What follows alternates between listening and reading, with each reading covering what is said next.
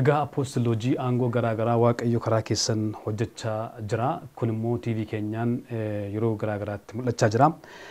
Keessumattuu wantoonni baay'ee nama dinqanii yeroo ammaa kana super miracle wantoonni jedhaman mul'achaa jiru. Keessumattuu kanan yaadadhu keessaa dubartittii ishee mana ishee keessaa kiiloo 3 qofaa qabdi.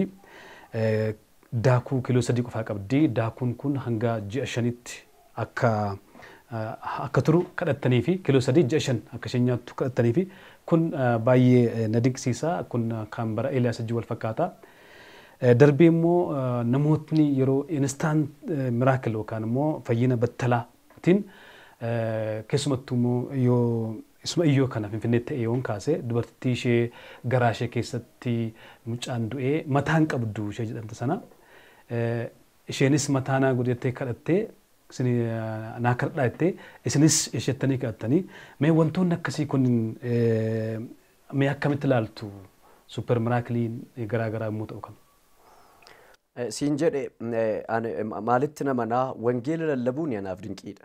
Garma wangeela lallabuu kanatti waamamuun koo anaaf dinqiidha. Miraakilii caalu wangeela Kiristoos dhalootaaf lallabuu biyyaaf warra biyya lafaatti lallabuudha. Inni kun anaaf miraakilii isa guddaaf isa olaanaadha. Super miraakiliin Gospel of Christidha. Haa ta'uuti amma akkuma kaasnee ilaallee kennaan afurri qulqulluun kennu kennaa garaagaraa akka jiru arganna. Kennaan kun immoo namootarraa mul'ata. Yeroo hundumaa ani Waaqayyotti namana. Nan kadhadha. Waaqayyotti waan namanuuf Waaqayyo waan dubbadhu hundumaa hin kabaja. Sababni isaa Waaqayyotti namana. Amantii jechuun immoo Waaqayyo irratti hirkachuu jechuudha. Amantii jechuun harka Waaqayyo irratti of gatuudha. Gaafan tajaajilaaf ba'u gaafan tajaajilu eenyummaa kootti amanee utuun taane ayyaana Kiristoos isana keessaa isanarra jirutti amaneeti kanan ba'u.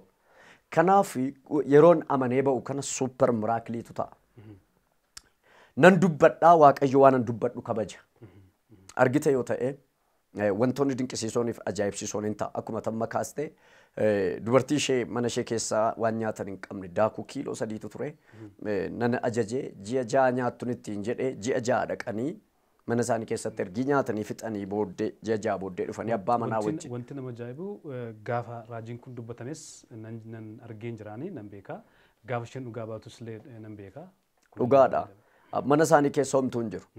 Waaqayyo matu natti mee jennaan dubartiin kun da'umsatti dhiyaattee abbaan manaa ishee faabrikaa hojjeta. Waaqayyo natti himee jennaa mani amantiin irratti dubbadhee hin ta'e. Ji'a 6 guutuu hin bukeessuun dhumu. Inni kun namoota baay'eedhaaf gaaffiidha. Gara duwwaa miti ilkaan biqiluun instant miraakiliidha. Argite yoo ta'e yeroo garaagaraatti ilkaan yeroo itti biqilu qaba. Amma sukkaara fa'aa ol ka'iinsi sukkaara isaanii 600 400 500 ajanyee yeroo suma dhaqanii cheek ta'anii dhufanii kilinikatti hospitaalatti ragaa isaanii fidanii dhufu. Inni kun super miraakiliidha. Instant healingidha. Instant miraakiliidha. Jechuun battala fayyina battalaa isa jedhamu jechuudha. Kun immoo maayinni Waaqayyotti hirkadhee Yesuus Kiristoositti hirkadhee dubbadha. Lammaffaa yeroo hundumaa jireenya koo irratti waa tokko dubbadha. Maarqos boqonnaa 16 lakkoofsa 4:15 kana dubbisnee yoo laallee waan si ajaa'ibu keessaa isa kanan of irratti dubbadha. Maaliif sitti fakkaata sagaleen Waaqayyo as keessatti barreeffame hojjechuutu irra jiraata. Ana irratti hojjechuutu irra jiraata. Yeroo hundumaa dheebuun koo isa kanaadha jechuudha. Isa kanaadha. Dheebuun koo isa kanaadha. Maal jedha sitti fakkaata? Maarqos 16 gara biyya lafaa hundumaa dhaqaa uumama hundumaattis wangeela lallabaa. Namni amane, namni cuubame sin fayya. Namni namanne garuu ittiin faradama jedha. Warra anatti amanan biratti milikkitoonni kun in argamu. Warra anatti amanan kun maqaa kootiin hafuurota hamoota hin baasu.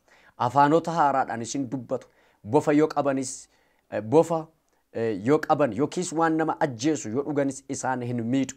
Harka isaaniinis warra dhukkubsatan irran kaa'u. Isaanis hin fayyu isaaniin jedhaan. Warra maqaa kootti amanan biratti milikkita kanatu argama jedha. Maqaa Kiristoositti amaneete kanan dubbadhuan. Maqaa Kiristoositti amanee waan dubbadhuuf Kiristoos immoo isa dubbadhu kana hin cimsa. Maqaa kootti warra jecha kanan yeroo hundumaa of irratti meditate godha. Of irratti dubbadha jecha kana. Iddoo kana irra deddeebi'een dubbisaani. Iddoo kana irra deddeebi'een nyaadhaani. Kanaafi iddoo kana dubbisuu duwwaa min nan kadhadhaa wantan kadhadhee achitti kadhadhee waldaarra roon dhaqu isan waldaarra dhaabbadhee dubbadhu duwwaa min halkan guutuu kadhachaa waanan bulee dhufee dubbadhuuf waaqayyo waan haaraa godha jechuudha. Baay'ee dinqiidha. Egaa mee kan wajji wal qabatee namoonni tokko hojii aangoo kana fudhatanii keessumattuu namoonni amantii mana keessa illee jiraatan raajii kanas hojii aangoo kanas fudhatanii akka addaatti yookaan ilaalcha addaatti ilaallu akka switch craft yookaan immoo akka hojii xonqolaatti illee kan ilaalan jiru.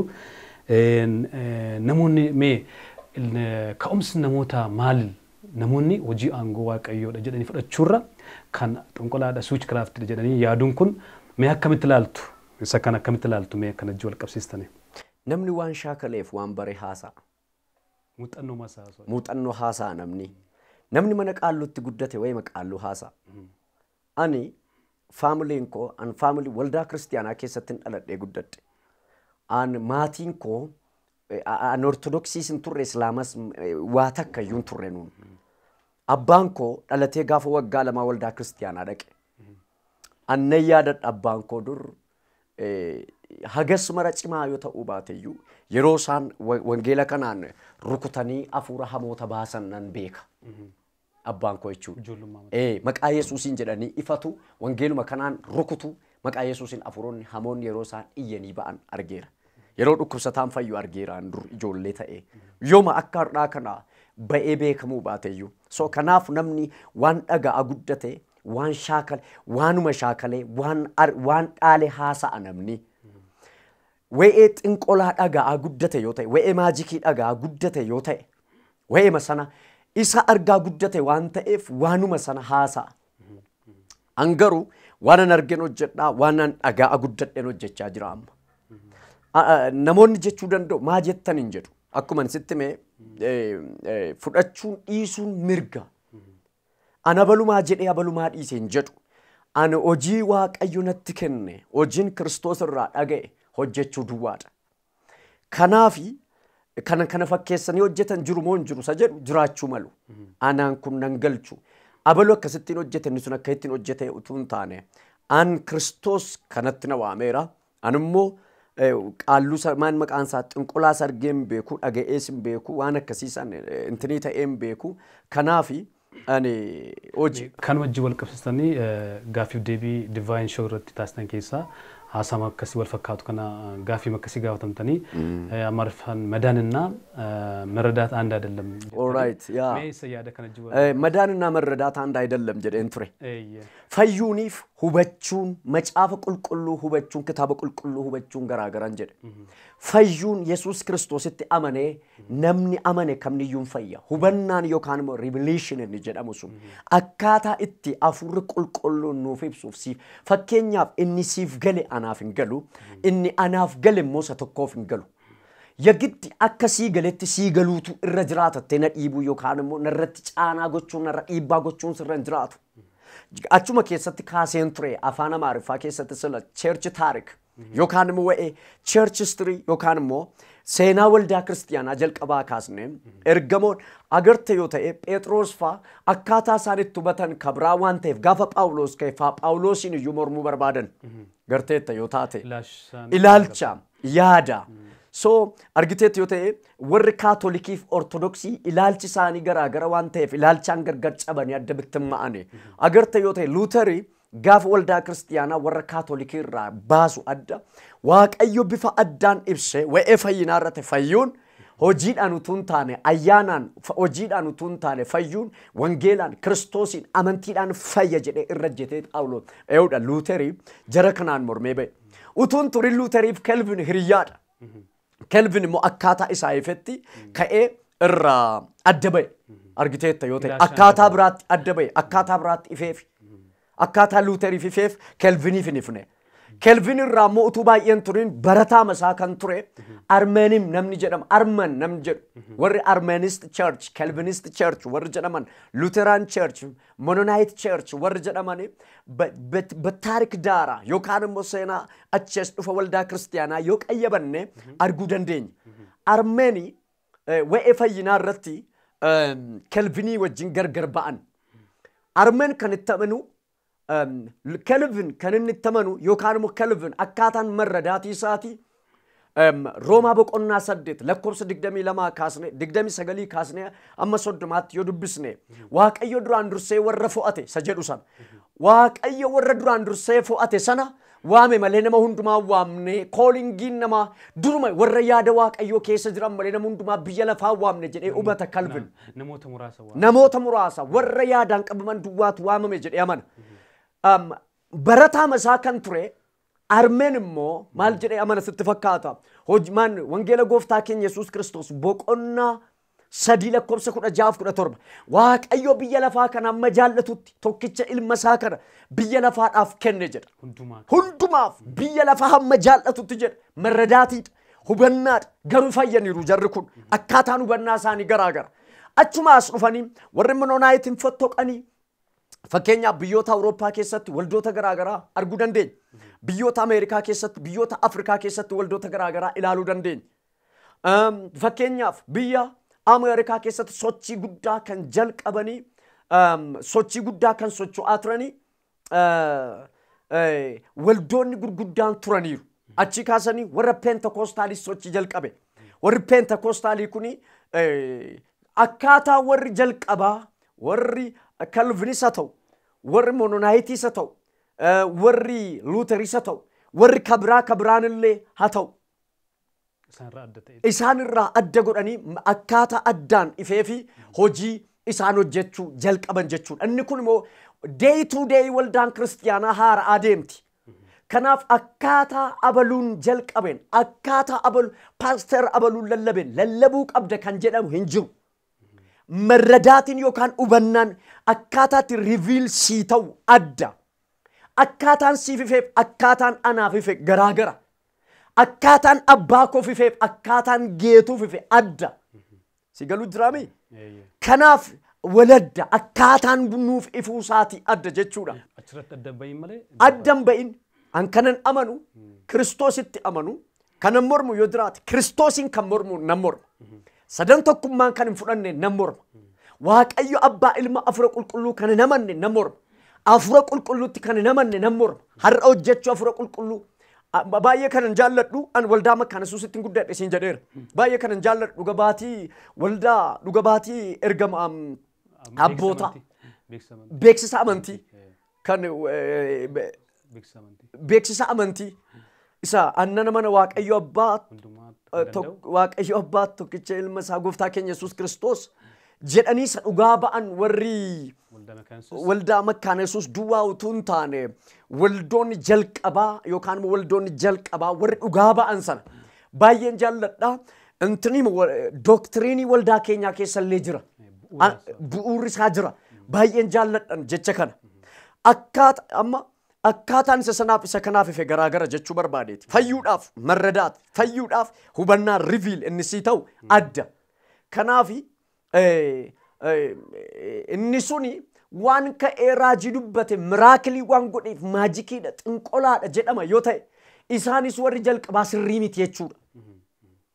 Wal diiga wal balleessa. Waan hin dhibneefi malee sirrii miti jechuun danda'amu. Sirrii miti akkamittiin jedhama hamman Kiristoosiin lallabutti. Hamman maqaa Kiristoosiin godhutti. Sii galeera miti. Kanaaf sirrii miti jechuu danda'a namni. Hamma siin galletti anu wanta naan galle nan jedha. Hamman galle amma naaf ifnetti.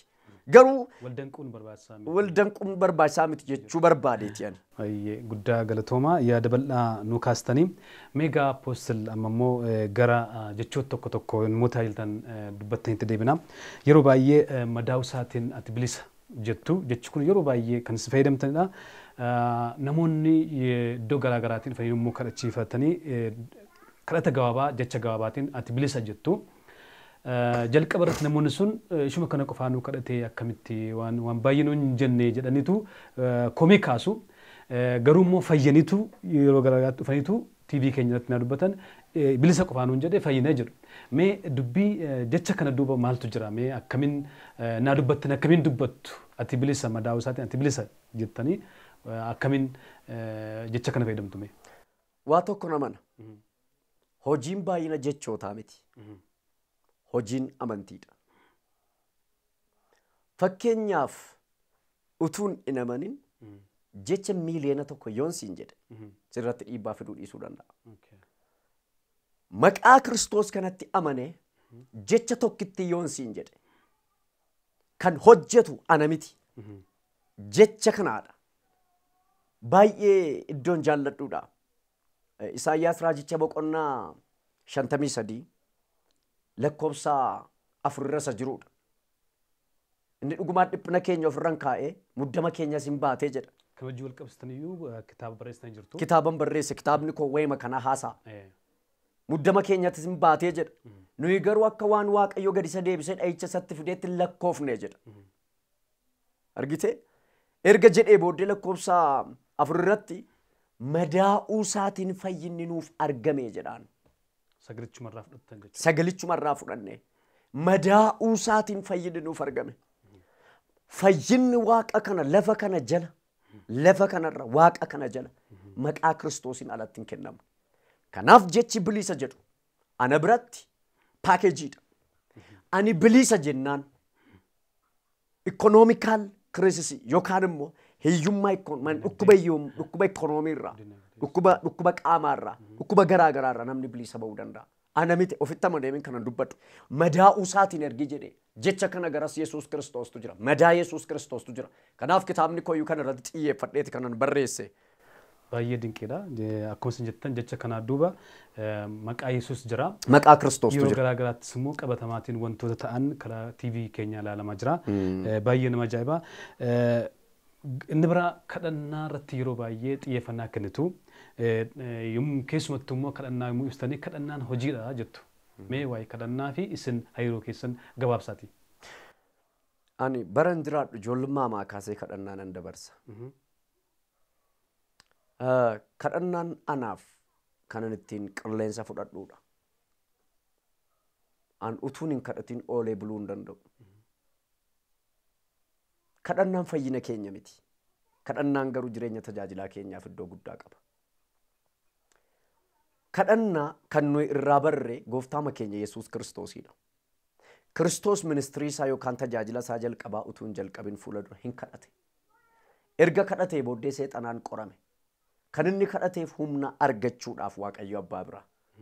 Inni Waaqayyoon ta'ee utuu jiru, inni mootii Waaqaa lafaa kana Waaqniif lafti kun utuu isaan uumamee jiru, nun barsiisuudhaaf, tajaajiltoota isa booddee ka'an barsiisuudhaaf kadhate. Kana duwwaa miti. Gooftaan keenya Yesuus Kiristoos kan inni kadhate. Halkan gaaratti ba'ee kadhatee guyyaa guyyaa immoo dhufee hin barsiisa ture jedhaan. Isuma kan hojiirra oolchaa jirtu. Isuma kan hojiirra oolcha. Kanaaf maal jedhe sitti fakkaata gaafa fannifamuuf jedhe bartoota isaatiin sa'aatii tokkoof illee dammaqxanii na wajjin kadhachuu hin dandeessanii jedhe. Hin dadhabdanii jedhe. Yeroo hundumaa kanan dubbadhu yoo xiqqaate namni dadhabaan tokko guyyaatti sa'aatii tokko kadhachuu qaba jedheen amana. Yoo xiqqaate. Sa'aatii tokkoof illee na wajjin kadhachuu hin dandeessanii jedhe. Sa'aatiin tokkoyyuu xiqqoodha jedhe. Yooma xiqqaate at least namni dadhabaadha jedhamu sa'aatii tokko kadhachuun dirqama seera godhuu koo miti seera miti. Garuu kadhannaan tajaajila keenyaaf iddoo guddaaf iddoo olaanaa qaba. Kanaaf kadhannaa ani akka hojiitti ilaala. Namoonni baay'een kadhannaa tirvis gizee isaanii yookaan yeroo irraa hafaa godhu. Kadhannaan garuu yeroo irraa hafaa keenyaa kan hojjennu utuu hin taane akka hojii mataamti isaayyuu hojiidha kadhannaan. Akka hojii idileetti ilaaluutu nurra jiraata kadhannaa. Kanaaf namni tajaajilu tokko nama tajaajilu duwwaa miti amanaan Kiristoositti amane kamniyyuu biyya lafaa kana irratti dhiibbaa fiduudhaaf sochii biyya lafaa kana keessa darbuudhaaf gooftaan keenya Yesuus Kiristoos bor rakkinatti akka hin galleef jabaadhaa kadhadhaa jedhaan. Yesuus goota du'aa ka'uuti. Yesuus masiilma Waaqayyooti. Yesuus jaalallee beekamaa kan akka isaa jiru wayisumaaf nu gamee. Baay'ee galatooma jechuma kan hojii wal fakkaatu yeroo baay'een si fayyadamtanii fayyinni tola tajaajilli garuu gatii nama kaffalchiisa jettu. Mee gabaabsaatti yaada kana. Fayyinni tola.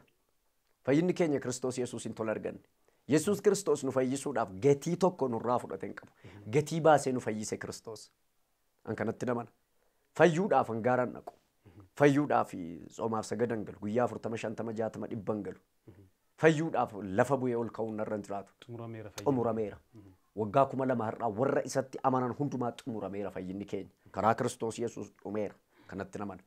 Tajaajilli immoo ministiriin Kiristoos Yesuus. Yeroo wangeela Kiristoos hojjennu chaalenjiitu jira. Wal'aansootu jira. Wal'aansoo kana keessa darbuudhaaf nuun immoo maal gochuun nurra jiraata. Jabaanneetti wal'aansoo qabuutu nurra jiraata jechuudha. Hin ari'atamtu jedheera. Hin dhiibamtu jedheera. Hin reebamtu jedheera. Karaa hundumaa wal'aansoon nurra ga'uu danda'a. Gatii si baasisuu danda'a tajaajilati tajaajiltu. Kanaafi tajaajila kana gaafa tajaajillu gaafa gatii baasnu tajaajila kana keessatti maafan gatii baase maafni akkasittiin dhufe jechuun nurra hin jiraatu jechuudha. Baay'ee galatoomaa. Mee gabaabsaati yaaduma namoonni yeroo garaa garaatti jedhan isiniin kaasa. Namoonni tajaajiltoota akkeessanii isinii fi namoota akkeessan tajaajilanii yeroo garaa garaatti namoonni isin wangeela badhaadhummaa tajaajiltu isin jedhu. Isin immoo yeroo baay'ee dubbatanii wangeela badhaadhummaan beekuu jettu. Maal jechuu keessan mee? Wangeelli nuyi lallabnu wangeela badhaadhummaas miti, wangeela hiyyummaas miti. Wangeelli nuyi lallabnu wangeela Kiristoosiiti. Namoonni baay'ee wangeelli badhaadhummaa kan jedhu hin jiru, wangeela hiyyummaa kan jedhu hin jiru. Hin barreeffamne. Wangeelli badhaadhummaa wangeela hiyyummaa kan jedhu hin jiru. Garuu yeroo hundumaa kana dubbadhu garuu Kiristoositti erga amannee maqaa Kiristoositti erga amannee rakkinni gadadoon nurratti humna hin qabu jedheen amana. Gooftaan keenya Yesuus Kiristoos Yohaannis boqonnaa 10 lakkoofsa 11 yoo dubbiste inni karaa boroo dhufu sun qaluudhaaf ajjeesuudhaaf dhufaa jedha. 10 irratti immoo maal jedhas 10 irraa maal jedhasti fakkaata? Maal jedhasti fakkaata? Ilmi namaa garuu jireenya irraa. Ilmi namaa garuu ani garuu jireenya kennuuf jedha. Jireenya duwwaan jedhu irraa hafa haa qabaatan hoolonni jireenya erga jedhee koomaa erga godhee booddee irraa hafa haa qabaataniif jedhaan. You see? Jireenya erga jedhee irraa hafa haa jiraataniifan dhufe lubbuu koo kennuu dhufe jedhaan. Yohaannis ergaasaa sadhumaa keessatti Yohaannis isa sadaffaa lakkoofsi 2 maal jedha sitti fakkaata? Yohaannis ergaasaa nama michuusaa yookaan immoo nama firasaa baay'ee jaallatu Gaayos nama jedhamuuf maal jedha sitti fakkaata? Yaa michuu koo jedha. Akkuma karaa lubbuu sitti tole. Karaa hundumaa akka sitti toluuf akkati fayyaa taatuuf siifan kadhadha jedhaan. Waa sadii argina. Akkuma karaa lubbuu sitti tole. Already karaa lubbuu sitti tole jechuun fayyiteetta jechuudha. Jireenya keessaa qooda qabda jechuudha. Gooftaan keenya Yesuus Kiristoos immoo jireenya kennuuf jedha. Jireenya duwwaa miti. Irraa hafaa jiraataniif jedha. Isuma sana deebisee jechuudha. Jireenya inni jedhu kun jireenya bara baraati. By the way, jireenya bara baraa inni jedhu kun namoonni baay'een jireenya bara baraa du'a booddee akka waan jiraatanitti lakkaa'u. Jireenyi bara baraa du'a booddee kan jiraannu miti. Du'a booddee jiraanna min jireenya bara baraa. Kiristoos akkas jedha. Ani jireenyadha mitiire. Karaanis dhugaan jireenyi anaa jedha. Kiristoos immoo nu keessa jira. Kiristoos nu keessa jira. Kiristoos erga nu keessa jiraate jireenyatu nu keessa jira jechuudha.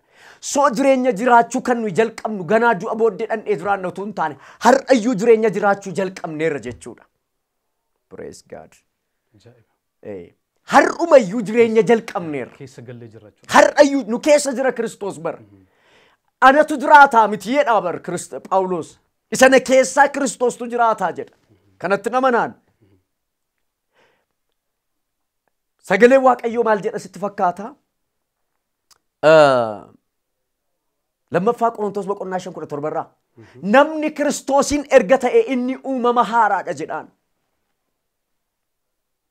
Inni moofaan darbee inni haaraan achas ba'eera dhufeera jedha. Already nuun uumama haaraa taaneerra karaa Kiristoos Yesuus. Kiristoosiin haarofneerra. Inni moofaan sun darbeera. Kanaaf jireenya haaraa jiraataa jirra. Jireenya har'ayyuu jiraachuu jalqabne. Jireenya jechuun du'a booddee kan jiraannu waan utuu hin taane. Kiristoosiin mi'eeffachaa galgalaaf ganama kan jiraannu jechuudha. Mi'eeffachuu jechuun beektaa? Waa tokko yeroo dhandhamtu mi'eeffachuu jechuun jaallattee itti fufuu jechuudha. Guyyaa gara guyyaatti jireenya keenya keessatti jireenya Kiristoosiin mi'eeffachaa kan jiraannu jechuudha. Kanaafi karaa lubbuu sitti toleeradha Yohaannis Gaayoosiin. Inni lammaffaa karaa hundumaa akkasitti tolu paakejiidha. Karaa hundumaa waan hundumaa akka ati fayyaa taatus siin kadhadhaa jedha. Dur maal jedhu sitti fakkaata? Nan yaadadha abboonni keenya. Dhukkubi daanyaa waaqayyooti yookaan kennaa waaqayyooti. Ani hin fudhadhu. Daanyaa waaqayyooti waan jedhu hin fudhadhu. Namni dhukkubsatu jechaan jiru. Garuu dhukkubi kennaa keenya miti. Giftii keenya miti dhukkubi. Dhukkubi cubbuuf bu'aa cubbuuti. Ergii dhalli namaa kufee booddee dhukkuba kenname. Hin turre dur. Karaa Kiristoos Yesuus garuu amma erga haarofne nurratti dhukkubsachuu namni hin danda'a. Garuu nurratti gooftummaa hin qabu. Nurratti aboo hin qabu. Haa ta'uuti nurratti gooftummaas hin qabu. Kennaa keenyas hin fudhadhu san hin barbaadus. Kiristoositti ergi amanne nuyi badhaadhoodha. Kanaaf isin ilaalcha akkasii waan qabdaniif namoonni baay'ee wangeela badhaadhummaa lallabu nuun jedhu. Kanaaf karattu wangeelli badhaadhummaa fi hiyyummaan jiru. Wangeelli jiru wangeela tokkicha. Wangeela Yesuus Kiristoos duwwaatu jira. Wangeelli Yesuus Kiristoos immoo waan hundumaa qabatee jira. Ulfinni isa keessa jira. Badhaadhummaan isa keessa jira. Tasgabbiin, jireenyi, qabeenyi, wanti hundinuu wangeela kanaan alatti hin argattu ati. Kiristoositti namni amane waan hundumaa of keessaa qaba. An kanatti namana. Asii fakkeenyaaf amma ani maala nama nasitti fakkaata biyya wangeellitti lallabameef biyya wangeellitti lallabamne tokko miti. Ameerikaas fudhadhu Awurooppaas fudhadhu. Biyyoota Awurooppaa biyyoota Eeshiyaa keessaas biyyi wangeellitti lallabameef wangeellitti lallabamne garaagara. Wangeelli nagaadha. Wangeelli ulfina. Wangeelli eebba. Kanaaf wangeelli kun biyya kana keessatti illee lafa qabachuutu irra jiraata. Ikoonomiin yookaan immoo guddinni Ameerikaa eessaa dhufe? Wangeela keessaa dhufe. Kan Awurooppaas wangeela keessaa dhufe. Guddinni hundinuu seexanni guyyaa tokko guddina kennee hin beeku. Inni qaluudhaaf balleessuudhaaf dhufaa jedha. Ani jireenya kennuuf hin dhufee jedha. Argitee? Inni sun amma argiteetta yoo ta'e biyyoota tokko tokko biyyoota iyyeeyyii tokko tokko biyyoota rakkatoo tokko tokko argiteetta yoo ta'e biyyootuma Afrikaa kana baay'inaan yoo fudhattee ilaalte baay'inaan wangeelli keessatti waan hin lallabamneef yoo lallabame immoo hundee waan hin godhanneef. Yeroo baay'ee jeequmsi lolli hiyyummaan kan inni ka'uuf kana. Kanaaf wangeelli kun humnaan lallabamuutu irra jiraata. Waan hundumaa harkisee fida. Yesuus du'aa ka'ee Masiin du'aa ka'ee Yesuus du'aa ka'ee Masiin du'aa ka'ee. Egaa apostol gaaffii keenya gara xumuraatti fidaa jirra. Mee amma immoo gaaffii osoo akkas ta'e isa jedhutti darbuuf jirra. Apostol Geetahun osoo tajaajilaa ta'uu baatee maal ta'uu danda'u? Mee maal ta'uu hin danda'a jettanii ibsitu? Ani tajaajilaa ma ta'uufan uumame. Wanta biraaf hin Waama tokkoof hin uumamne. Waldaama keessatti waan dhaladhee guddadheef Waaqayyo waamichuma kanatti na uume. Waamichuma kanatti na waame naani. garuu immoo hojii garaa garaa hojjechuu akka hojjechaa turtan illee ibsama. Bargit dhugaa dubbachuudhaaf har'uma tajaajilaa ta'e iyyuu hojii nan hojjedhaan. Hojii nan hojjedhaa. Hojii misoomaa hojjechuu nan danda'a. Hojii biyyaa hojjechuu nan danda'a. Hojii hawaasaa hojjechuu nan danda'a. Daldaluullee nan danda'a. yoo barbaachisaa ta'e qotuullee nan danda'a. Har'umayyuu tajaajilli nan dhorku. Tajaajilli nan dhorku. Tajaajilli hojii hojjedhu kamiin iyyuu nan dhorku. Hojjechuu nan danda'a jechuudha. Gaaffii biraa ammas gaggaafsanii deebistuu. Haa ta'u. Osoo qarshii baay'ee qabaattanii qarshii baay'ee miiliyoona baay'een ta'u qabaattanii wantoota tokko haga sadiitti duraa duuba isaa eegdanii hojjechuu barbaadan mee natti himame. Utuun har'aa birrii guddaa qabaadhe miiliyoonera utuun ta'e isa jalqabaa mishineerota leenjisuudha. Mishineerota leenjisee biyyoota wangeelli Kiristoos hin geenyeen wangeela ga'uudha. Fakkeenyaaf biyyootuma keenya keessatti biyyuma kana Itoophiyaa keessaa biyyoonni wangeela Kiristoos hin dhageenye hedduutu jira. Dhiyoo kana hojii waldaan makaana Yesuus qabattee kaate tokko guddaa na gammachiise. Sagantaa sana fundraisingii sana irratti illee argameera ani. Asumaan ergaa koo kanan dabarsuuf yoo jiraate fundraisingii maan maqaan isaa koppoon waldaan makaana Yesuus qopheessite tokko jira. Kanaaf namni hundumtuu koppoon sana habitu. Hojii mishineeriidhaaf. Yaadadheera nama waggaa meeqa akka ta'e dagadheera. Waggoota muraasa gidduutti nama miliyoona 30tti wangeela lallabuudhaaf qophaa'aniiru. Kana duwwaa miti mishineerota 800 ta'u 800 waan akkasii jedhaniiru. Kanumaaf keessi koo waan na jaallateef afeeraa waan naa godhaniif warri makaana Yesuus fundraisingii sana irratti argame hamma humna koo gumaacheera jechuudha. Kanaaf hojii sanatti guddaa gammadeera. Ammas kanan irra deebi'ee jedhu koppoonii waldaan makaana Yesuus Itoophiyaa qopheessite kamiyyuu koppoonii sanaa akkasin bittan sheeringii sana akkasin bittan hin jajjabeessa. Maaliif hojii wangeelaaf oola waan ta'eef. Kanaaf anis tun birrii guddaa qabaadhe mishineerota jalqaba mishineerota leenjisee biyya Arabaatti erguudha. Ba'aan kosa kan ofii mishineerii waan tureef. Isa lammaffaa miidiyaa wangeela lallabuu dhaabuudha. Ammallee dabalee. Maaliif argeera miidiyaan dhiibbaa guddaa hagamii akka inni qabu. Waggoota sadan kana waggoota sadiidha ergi miidiyaan lallabuu jalqabee. By the way Andris miidiyaan lallabuu jalqabe beeka. Reediyootiin tajaajilaan ture. Yaa'u tasfaa reediyoo irra jimaata tajaajilaa tureera. Jimaata deebi'ee wayii almasihii isaa irratti yookaan wayii Yesuus Kiristoos Islamic evangelism irratti lallabaa tureera. Wayii Islaamoo mishineerummaa Islaamaa kan jedhu irratti lallabaa tureera. Wayii almasihii isaa irratti jechuudha. Kanaaf amma waldaan keenya dhaabbata televiizyinii qabdi kan mataa ishee jechuudha. TV fayyinaa utuun amma birrii harka koo guutuu qabaadhe waa kam utuun hin hojjetiin fuuldura reediyoo banuudha. Reediyoo banuudha. Sababni isaa televiizyinii kan ilaalu magaalaa duwwaadha. Warri baadiyyaa reediyoon akka dhaggeeffatanitti reediyoo miidiyaa banuudha. Kanaaf inni sadaffaa hojii misoomaa hojjechuudha biyya kana keessatti. Hojii misoomaa hojjechuun barbaada. Hojii misoomaa hojjedhee wangeela kana namoota rakkatan namoota dadhabootatu sibira dhufa waan ta'eef hojii misoomaa kana hojjedhee hojii misoomaa kanaan tajaajiltoota namoota rakkatan harka qalleeyyii ijoollota abbaa fi haadha hin qabne amma akkuma fakkeenyaatti amma ijoollee abbaa fi haadha hin qabne gargaaruu jalqabneerra dhaabbata jireenya ifaa jedhu inni ijoo xiqqaa tokko hundeessinee hojjechuu jalqabneerra asumaan illee dhaabbata sana jajjabeessuun barbaada. Kana fakkaata jechuudhaan. Duumtilleen du'ee masii ajjeesee hin jiraanne. Duumtilleen du'ee masii ajjeesee hin jiraanne. Luba jiraataa qabna du'aa ka'uusaatiin jiraanne hafe. Nakkaa jedhee akkuma nutti himesanii. Innoo ka'eera fasaa barbaachamaa gara waanaa yaadanii. Innoo ka'eera. Mee tajaajiltoota ajaa'ibsiifattanii akkasumas immoo jireenya isaaniirraa barumsa guddaa baradheera jettanii yaaddan kan hojii wal qabatee namoota kan atuun argadhee kan jettan yoo jiraate nam sadii meena biyya keessaa biyya ala. Namoota waaqayyoo hojii waaqayyoo ittiin hojjetu hundumaa baay'een ajaa'ibsiifadhaan. Namoota waaqayyoo hojii gurguddaa ittiin hojjetu warra du'anis ta'e warra jiran illee hedduun ajaa'ibsiifadha.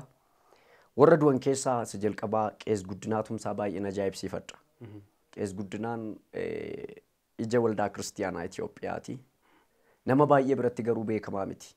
Gaafan siin jedhu warri biraan illee sabi biraan qees guddinaan beeku. Garuu nama dinqifatamaaf nama cimaa waldaan kiristiyaanaa Itoophiyaa tokkummaan waldoota kiristiyaanaa Itoophiyaa dhabde keessaa nama tokkodha. Yeroo malee jechuu kiyya. Inni lammaffaa warra du'an keessaa is Miss Wigglesworth nama jedhamu ajaa'ibsiifadha Ingilizaawii tokko. Innis nama addaati. The father of faith jedhamee waamama. Abbaa amantii jedhamee waamama. Tajaajila ergamoonni ergii raawwatanii marsaan ergamootaa ergii raawwatee tajaajila biyya lafaa kanarratti namni dabalee argisiise is Miss Wigglesworthidha. Kanaaf is Miss Wigglesworthin baay'een ajaa'ibsiifadha. So nama lubbuun jiran immoo argachuu barbaada. Namootan argachuu barbaadu keessaa inni jalqabaa Hubert Injil nama jedhamu nama dhalataa Zimbaabuweeti. Tajaajila koo isa ilaaleeti isarratti focus godhe akkaataan itti kadhatu maali naman baay'ee jaalladhuudha Hubert Injilii. Kanaaf utuun nan argadha ta'e Hubert Injiliin argachuun barbaada yeroo gabaabaatti jechuudha. Karoora waldaan Iffaayinaa gara fuulduraatti qabdu yeroo karoora yeroo gabaabaaf dhiyoo yoo jiraate nu ibsaati gara xumuraatti deemna. Egaa waldaan Iffaayina addunyaa hojii guddaa waggaa 3 keessatti hojjetteetti karoora akka afuuraattis ta'e akka misoomaatti karoora gurguddaa qabna. Normaal isa kana yeroo biraa haasa'uu ni danda'a. Karoora yeroo dheeraas qabna, karoora yeroo gabaabaas qabna. Yeroo gabaabaa keessatti hojiin nuyi hojjennu hojii wangeela Kiristoos hojii lubbuu booji'uuti. Normaalii karoorri keenya lubbuu gara gooftaa keenya Yesuus Kiristoositti fiduu booji'uudha. Inni biraanii hojii biyya kana keessatti hojii misoomaa tokko illee hojjechuudha. Karoora akkasii qabna. Yeroo biraa immoo bal'inaan haasa'uu dandeenya jechuudha. Dhumarratti dhaamsa qabda yoo jiraate daawwattoota keenyaaf akkasumas immoo biyya keenyaaf warra biyya keessaa biyya alaa ta'anii daawwatan haala biyya keenyaa irratti illee wanta jettame jiraate. Baay'ee namatti tola. Dhaamsan qabu yoo jiraate nuun kiristiyaanonni akka kiristiyaanaatti yaaduutu nurra jiraata. Sababni isaa nuun maayindii Kiristoos qabna, garaa Kiristoos qabna. Garaa Kiristoos waan qabnuuf Kiristoosiin lallabna. Warri kiristiyaanotaa yeroo baay'ee dhaabbatanii dhaggeeffachuun barbaadan hundumtuu waan ka hundumaa irratti iyyuudhaaf wacuudha. Garuu ga'een keenya inni guddaan ispeeshaalii biyya kana Itoophiyaa akkasumas dachee keenya Oromoof Oromiyaa dhaafi baay'ee kadhachuutu nurra jiraata nuun kiristiyaanonni. Kadhannaan jedhamu kun isa seeraaf labsamu utuu hin taane bakka ji'a amma kanaatti kadhanna utuu hin taane isa jedhamu sana utuu hin taane dhugaadhaan afuuraan gadi teenyee yaannee yaadi keenya akkamitti yaadi garaa keenya akkamitti deebisuun nurra jiraata maal irratti kadhachuun nurra jiraata jennee fuula waaqayyootti kufnee waaqayyoon kadhachuutu nurra jiraata. Hin kadhannu yoo ta'e ammas rakkinniif dukkanni hamaan achi as deemaa jira. Rakkinniif dukkana kana keessa darbuudhaaf waldaan kiristiyaanaa kadhachuutu irra jiraata. Waldaan kiristiyaanaa biyya lafaa keessaa waamamte malee biyya lafaa keessaa baatee deemte miti. Keessa jirra garuu keessaa waamamne amala ishee yaada ishee jireenya ishee dhiisnee yaadaaf amala Kiristoos fudhannee warra addaa taaneerra. Haa ta'u biyya lafaa kana dhiisnee hin godaanne biyyuma lafaa kana keessa jiran amma jiraannutti Itoophiyaaf Oromiyaa keessa jirra. Kanaaf Itoophiyaadhaaf Oromiyaadhaaf kadhachuun dirqama. Kanan ta'u yoo ta'e gaagaamni dhufu kiristiyaanonni gaaga'ama kana biyya kana oolchuutu irra jiraata, ofis oolchuutu irra jiraata. Ba'aa guddaan amma kan jiru mootummaas miti, abboota aangoos miti, abboota siyaasaa wal falmanis miti. Ba'aa guddaan kiristiyaanota irra jira. Hiikkaa guddaanis kiristiyaanota harka jira. Warra Kiristoositti amanatan harka jira. Kanatti naman. Kanaaf ani yeroo hundumaa deddeebi'een kadhadha. Wayii biyya kana waaqayyo biyya kana utuu isheen biyyi kun utuu laallu Sooriyaa ta'uun irra hin jiraatu, Liibiyaa ta'uun irra hin jiraatu, Yemeniin ta'uun irra hin jiraatu, biyyoota Arabaa tokko ta'uun irra hin jiraatu, biyya Afrikaa diigamanii badan tokko ta'uun irra hin jiraatu. Biyyi kun biyya kakuuti, biyya wangeelli keessatti lallabameedha, biyya abboonni wangeelaa gatiitti kaffalanidha. Kanaaf biyyi kun baduun irra hin jiraatu. Kiristiyaanonni akka kiristiyaanotaatti waan hundumaa dhiisnee fuula keenya gara waaqayyootti deebisnee waaqayyoon kadhachuutu nurra jiraata. Harka keenya waaqayyotti kaasuutu nurra jiraata. Araara biyya kanaaf kadhachuutu nurra jiraata. Ulfinni waaqayyoo biyya kanarratti deebi'ee akka argamu kadhachuutu nurra jiraata. Tokkummaa biyya kanaa kadhachuutu nurra jiraata. Sabni sabarratti akka hin kaane, sabni sabaan akka hin mormine waaqayyoon kadhachuutu nurra jiraata. Inni kana by the way tokkummaa kan jibbu diiyaabiloos duwwaadha. Ni dhuma. Kanaaf kadhachuutu nurra jiraata. Dhaamsan qabu kiristaanonni iddoo jiran kamittiyuu dhaabbatanii of ilaalanii waaqayyoon kadhachuu qabna jedhee namana.